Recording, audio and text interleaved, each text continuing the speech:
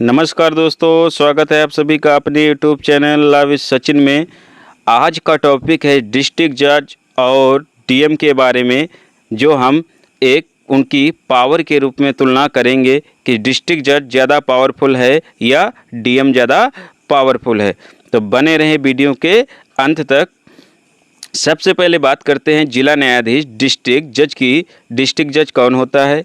यह न्यायपालिका यानी जुडिशरी का हिस्सा होता है। यह जिले की सबसे बड़ी अदालत का प्रमुख न्यायाधीश होता है। इसका कार्य न्यायिक मामलों जैसे आपराधिक, दीवानी में निर्णय देना होता है। तो दोस्तों, डिस्ट्रिक्ट जज का कार्य क्या है? निर्णय देना। पार्ट किसका है? जुडिशरी का। पद नाम: जब सिविल मामलों में सुनवाई डिस्ट्रिक्ट जज करता है तो उसे हम डिस्ट्रिक्ट जज यानी जिला न्यायाधीश बोलते हैं। वहीं जब फौजदारी मामलों की सुनवाई डिस्ट्रिक्ट जज करता है तब हम उसको सेशन जज कहते हैं। तो आमतौर पर हर डिस्ट्रिक्ट में जो सत्र न्यायालय होता है उसमें लिखा होता है जिला एवं सत्र न्यायालय, यानी डिस्ट्रिक्ट का सबसे बड़ा कोर्ट और जो जज होता है जिला एवं सत्र न्यायालय होता है।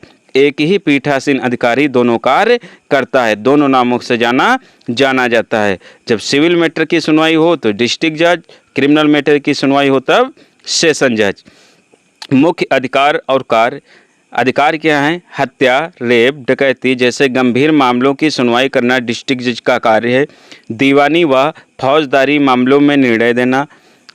और डिस्ट्रिक्ट जज के अधीनस्थ अधिकारी जो कार्य करते हैं जैसे सीजीएम, जेएमएफसी यानी चीफ जुडिशियल मजिस्ट्रेट और जुडिशियल मजिस्ट्रेट फर्स्ट क्लास, ये क्या हैं?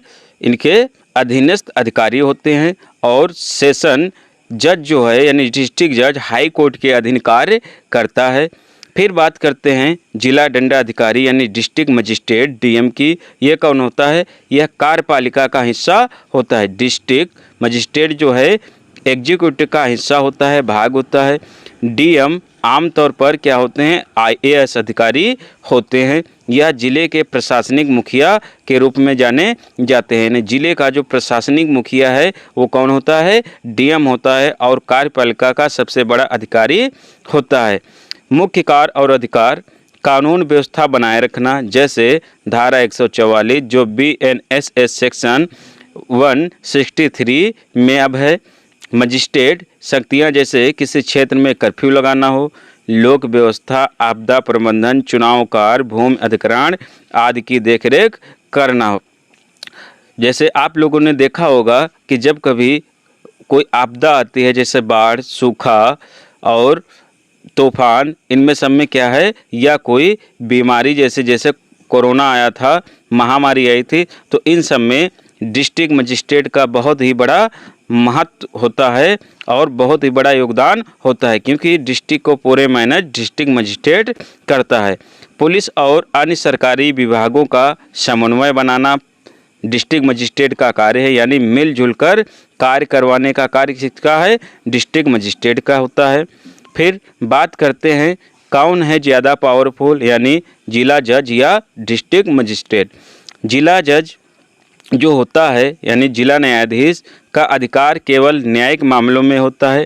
वहीं डीएम का अधिकार प्रशासनिक प्लस कानून व्यवस्था में होता है, यानी प्रशासनिक कार्य भी करना और कानून व्यवस्था बनाए रखना डिस्ट्रिक्ट मजिस्ट्रेट का कार्य होता है। दोनों अलग अलग क्षेत्रों में सर्वोच्च अधिकारी होते हैं, लेकिन यदि बात कानून व्यवस्था, शासन और प्रशासन की हो तो डीएम ज़्यादा पावरफुल माना जाता है। यदि बात न्याय और अदालत के निर्णयों की हो तो डिस्ट्रिक्ट जज सर्वोच्च होता है। फिर मोस्ट इम्पॉर्टेंट पॉइंट की बात करते हैं, जो नंबर 1 यानी डिस्ट्रिक्ट मजिस्ट्रेट का कोर्ट में पेश होना। डीएम मुख्य रूप से प्रशासनिक अधिकारी होता है, न्यायिक अधिकारी नहीं होता है। अगर किसी मामले में डीएम के आदेश के खिलाफ कोई व्यक्ति कोर्ट में अपील या रिट डालता है तो डीएम को जिला न्यायाधीश के समक्ष पक्षकार के तौर पर पेश होना पड़ सकता है। आमतौर पर सरकार के वकील यानी गवर्नमेंट एडवोकेट के माध्यम से पेश होना पड़ता है। एग्जाम्पल के लिए भूमि अधिग्रहण का यदि मामला है तो वहाँ पर पेश होना पड़ सकता है, यानी लैंड एक्विजिशन में डीएम को पेश होना पड़ सकता है। वहीं धारा 144 सीआरपीसी जो अब बीएनएस में सेक्शन 163 में है, आदेश की चुनौती दी गई है, तो वहाँ पेश होना पड़ सकता है। आर्म एक्ट के तहत लाइसेंस निरस्तीकरण के मामले में पेश होना पड़ सकता है। फिर जिला न्यायाधीश की बात करते हैं। डीएम के सामने पेश होना, सामान्य तौर पर जिला न्यायाधीश डीएम के समक्ष पेश नहीं होते, क्योंकि डीएम कोई न्यायिक अधिकारी नहीं है। लेकिन कुछ आयकर, चुनाव या प्रशासनिक इंक्वायरी में या डीएम को किसी तथ्य की पुष्टि या बयान लेना होता है तो जिला जज को एक गवाह यानी विटनेस के तौर पर बुलाया जा सकता है। हालांकि ये बहुत ही दुर्लभ होता है, यानी रेयर ऑफ द रेयर केसों में होता है, और इसके लिए उच्च न्यायालय की अनुमति जरूरी होती है। यानी ये डीएम विटनेस के तौर पे बुलाना चाहे जिला जज को तो पहले हाई कोर्ट की अनुमति आवश्यक है, अन्यथा जिला जज डीएम के ऑफिस में जाने के लिए विटनेस के तौर पर उसे मजबूर नहीं किया जा सकता, कि डिस्ट्रिक्ट मजिस्ट्रेट के पास ये पावर नहीं है। जबकि जिला जज डिस्ट्रिक्ट मजिस्ट्रेट को बुला सकता है, किसी की परमिशन लेने की आवश्यकता नहीं है। तो निष्कर्ष दोस्तों ये निकलता है कि डिस्ट्रिक्ट मजिस्ट्रेट प्रशासन, पुलिस और कानून व्यवस्था का मुखिया होता है, इसलिए उसे ज़्यादा शक्तिशाली माना जाता है। लेकिन डिस्ट्रिक्ट जज न्यायिक रूप से स्वतंत्र होता है और किसी भी प्रशासनिक अधिकारी पर फैसला दे सकता है, इसलिए उसका भी अपना सम्मान और अधिकार सबसे ऊपर है। तो दोस्तों आप लोगों के लिए क्वेश्चन ये है कि आप कमेंट बॉक्स में बताएं कि आपको वीडियो में डिस्ट्रिक्ट जज ज़्यादा पावरफुल लगा या जिला जज ज़्यादा पावरफुल लगा।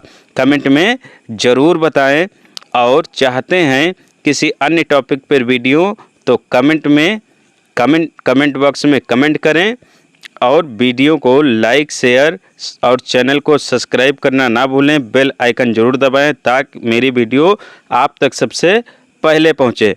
और हमारे चैनल पेज पर जाइए, बहुत सारी वीडियो पड़ी हुई हैं। तो दोस्तों आज के लिए इतना ही था।